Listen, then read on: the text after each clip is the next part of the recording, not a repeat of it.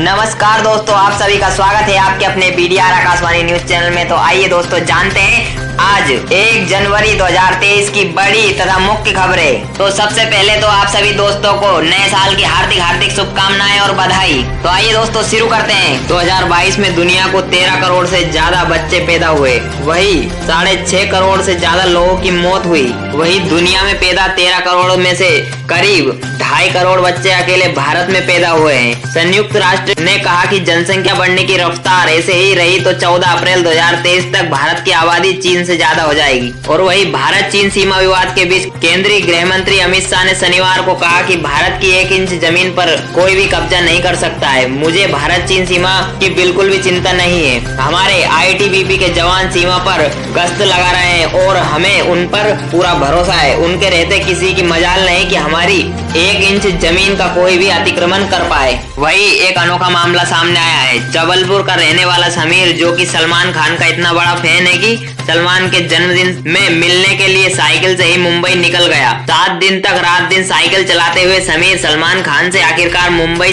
में मिलने में सफल हुआ। बीते दिनों समीर अपने प्रिय हीरो सलमान खान से मिलने जबलपुर का समीर सलमान से मिलने के लिए साइकिल से 1100 किलोमीटर दूर मुंबई तक का सफर किया। समीर ने सालों पुराना अपना सपना सलमान से मुलाकात कर पूरा कर लिया। और वही खबर एमपी के भोपाल से। नए साल की पूर्व संध्या पर भोपाल सांसद प्रज्ञा ठाकुर ने बड़ा बयान दिया है। उन्होंने कहा कि 31 दिसंबर को न्यू ईयर मनाने की संस्कृति हमारे देश की नहीं है। साथ ही चाकू तेज रखने वाले बयान को लेकर प्रज्ञा ने कहा कि मैं युद्ध में प्रेम के गीत नहीं गाती हूँ और न गाऊंगी क्योंकि मैं सन्यासी हूँ। उन्होंने कहा कि मेरे बयान से लव जिहाद चलाने वालों का एजेंडा फेल हुआ है। वही राहुल गांधी बोले, एमपी में कांग्रेस की सरकार जीतेगी, लिख कर देता हूँ। हर कोई जानता है कि भाजपा ने पैसे देकर सरकार बनाई है। कांग्रेस नेता राहुल गांधी ने शनिवार को भारत जोड़ो यात्रा में नवी प्रेस कॉन्फ्रेंस की। नई दिल्ली में उन्होंने मध्य प्रदेश का भी जिक्र किया। राहुल ने दावा करते हुए कहा कि मैं आपको एक बार लिख कर देता हूँ कि कांग्रेस मध्य प्रदेश के चुनाव को जीतेगी,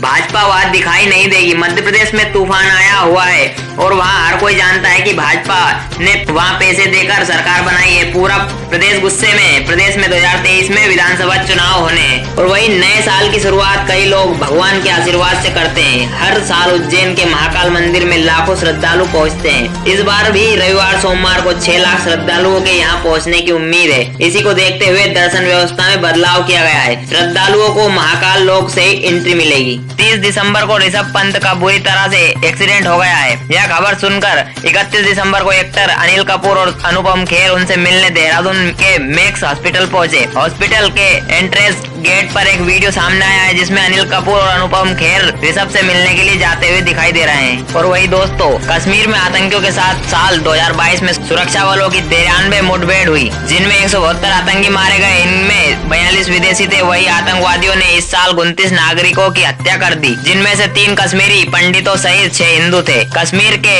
एडीजीपी विजय कुमार ने शुक्रवार को यह जानकारी दी है। उन्होंने बताया कि मारे गए आतंकियों में सबसे ज्यादा 108 आतंकी संगठन लश्कर-ए-तैयबा और इसी से जुड़े संगठन द रेजिस्टेंस फ्रंट के थे। और वही 172 टेररिस्ट मारे गए, लेकिन कश्मीर में 26 जवान भी हुए शहीद। 14 जम्मू कश्मीर पुलिस के जवान थे, वही 12 सुरक्षा बलों के जवान थे। महाराष्ट्र के नागपुर में स्थित आरएसएस के मुख्यालय बम से उड़ाने की धमकी मिली है। इसके बाद आरएसएस मुख्यालय के बाहर सुरक्षा बढ़ा दी गई है। डीसीपी जोन गोरखपुर भामरे ने बताया कि शनिवार दोपहर 1 बजे पुलिस कंट्रोल रूम में एक फोन आया। फोन करने वाले शख्स ने महल इलाके में आरएसएस मुख्यालय को बम से उड़ाने की धमकी दी है। और वही नए साल पर पहाड़ों में बर्फबारी से ठंड बढ़ी, मैदानी इलाकों में पारा चढ़ा। आने वाले दिनों में दिल्ली में सताएगी सर्दी। नए साल में जम्मू कश्मीर, श्रीनगर और हिमाचल प्रदेश सहित पहाड़ी इलाकों में बर्फबारी के बाद ठंड बढ़ गई है। पहाड़ों ने बर्फ की चादर ओढ़ ली है। वही मैदानी इलाकों में तापमान थोड़ा बढ़ा है। मौसम विभाग की माने तो कुछ दिनों तक ऐसा मौसम रहने वाला है। वही दिल्ली की बात करें तो दिल्ली में अगले कुछ दिन तक कड़ाके की ठंड पड़ने की संभावना है। देश के अन्य राज्यों का हाल भी अलग है। वही राजस्थान में न्यू ईयर पर नहीं होगी ठंड। राजस्थान में बीकानेर और करौली में 7.1 डिग्री रहा पारा।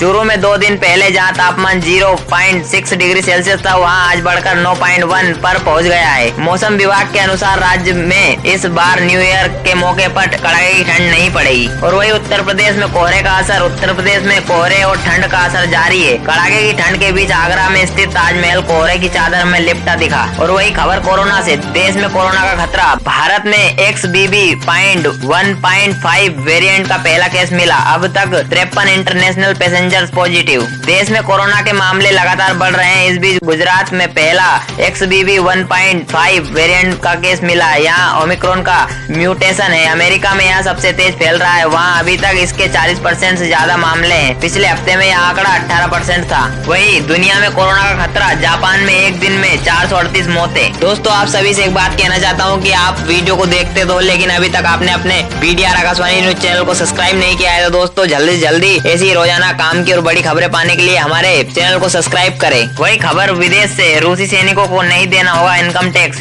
यूक्रेन जंग लड़ने वालों को सरकार ने एंटी करप्शन कानून से बाहर किया। यूक्रेन जंग में हिस्सा लेने के लिए रूस अपने सैनिकों को लुभाने के लिए हर संभव कोशिश कर रहा है। रूस ने ऐलान किया है कि यूक्रेन के खिलाफ जंग लड़ रहे सैनिकों को और दूसरे कर्मचारियों को अब से इनकम टैक्स नहीं देना होगा। साथ ही युद्ध में मानवीय व्यवहार रखने वाले सैनिकों को सरकार गिफ्ट भी देगी। और वही चीन में कोरोना से हालात बेकाबू हो चुके हैं। एसके पोस्ट की रिपोर्ट के मुताबिक दिसंबर की शुरुआत 3 हफ्ते में ही यहाँ 25 करोड़ लोग कोरोना से संक्रमित हो गए। यहाँ आबादी का 18% हिस्सा है। हेल्थ एक्सपर्ट्स चेतावनी दे रहे हैं कि इसका असर पूरी दुनिया में देखने को मिल सकता है। अमेरिका, भारत समेत यूरोप के कई देशों में कोविड सुनामी आ सकती है। वही नॉर्थ कोरिया ने 15 मिनट में दागी 3 बैलिस्टिक मिसाइल। जापान के समुद्र में गिरी। साल के आखिरी दिन भी पड़ोसी देश को डराया। तो दोस्तों, ऐसी काम की खबर पाने के लिए आज ही हमारे BDR आकाशवाणी न्यूज चैनल को सब्सक्राइब करें। जय हिंद, जय भारत दोस्तों।